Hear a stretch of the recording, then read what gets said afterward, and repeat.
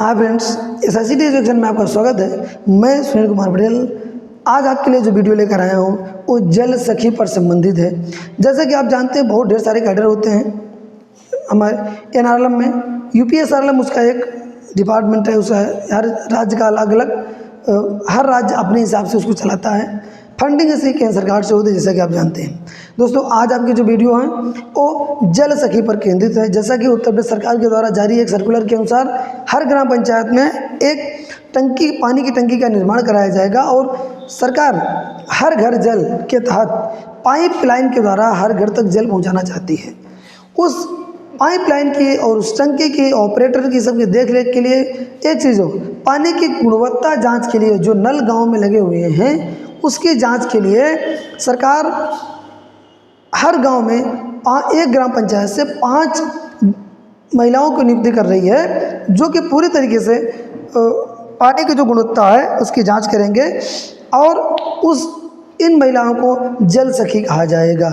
ध्यान रहे, जैसा कि अभी आप जानते हैं लगभग हर जगह एक एजेंसी को इसका ठेका दे दिया गया है। एजेंसी का काम है गांव-गांव में जाकर महिलाओं को चुनकर, जो पढ़ी लिखी महिलाएं हों, तेज महिलाएं हों, उसी ग्राम पंचायत की निवासी, उसी ग्राम के राजस्व ग्राम की निवासी हों, उनको चुनकर उनकी ट्रेनिंग कराएं और ट्रेनिंग कराने के बाद उनको जो है एक किट मुहैया कराएंगे। उस किट के द्वारा, उस किट में पूरा का पूरा सामान रखा हुआ है, जितने भी पाउडर्स होते हैं, जितने भी केमिकल्स होते हैं उसमें उपलब्ध कराया गया है।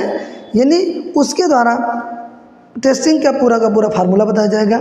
अगर आप चाहें तो उसमें एक बुकलेट भी दी रहती है उस किट के अंदर, उसको पढ़कर भी अगर आप समझ सकते हैं, ट्रेनिंग के बाद ही समझ पाएंगे, अदरवाइज नहीं समझ पाएंगे, तो भी आप टेस्टिंग कर सकते हैं।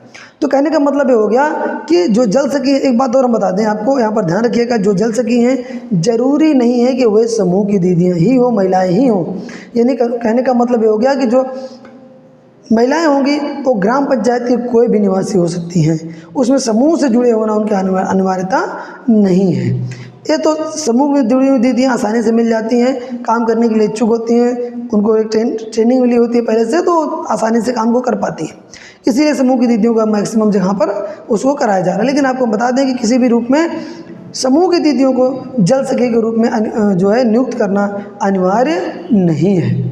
तो कोई भी दीदी ग्राम पंचायत की पढ़ी लिखी हो, तेज तर्रार हो, उसको जल सखी के रूप में नियुक्त कराया जा सकता है। एजेंसी का ये काम है कि गांव-गांव में जाकर ग्राम पंचायत लेवल पर ही उसकी ट्रेनिंग कराएगी, टेस्टिंग का फार्मूला बताएगी, कैसे तरह से टेस्ट करना है, ये सब चीज़ें वहाँ पर आपको बताई जाएंगी। ग्राम पंचायत लेवल पर ही इसकी ट्रेनिंग की जानी है, ना कि किसी एक सेंट्रलाइज प्लेस पर। तो दोस्तों, अगर आपके आसपास जो भी दीदियाँ हैं, अगर वे जल सखी के रूप में काम करना चाहती हैं तो इसमें पार्टिसिपेट कर सकती हैं। एजेंसी से संपर्क करके पार्टिसिपेट करके उस काम को आगे बढ़ा सकते हैं। लेकिन ध्यान रहे, जरूरी नहीं कि वो समूह की दीदियाँ ही हो।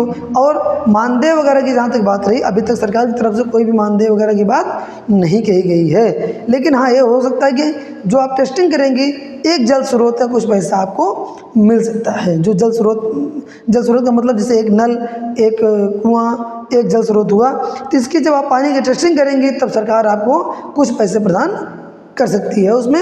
लेकिन अभी फ़िलहाल के कंडीशन में यह है कि कोई भी ऐसा मानदेय वगैरह की बातें नहीं कही गई हैं सरकार की तरफ से। इसके अलावा भी हर गांव में टंकी जब बनेगी, टंकी के लिए देख रेख के लिए पाइपलाइन बिछाने के बाद ग्रामीण इलाके में 13 लोगों की नियुक्ति की जानी है। 13 लोग एक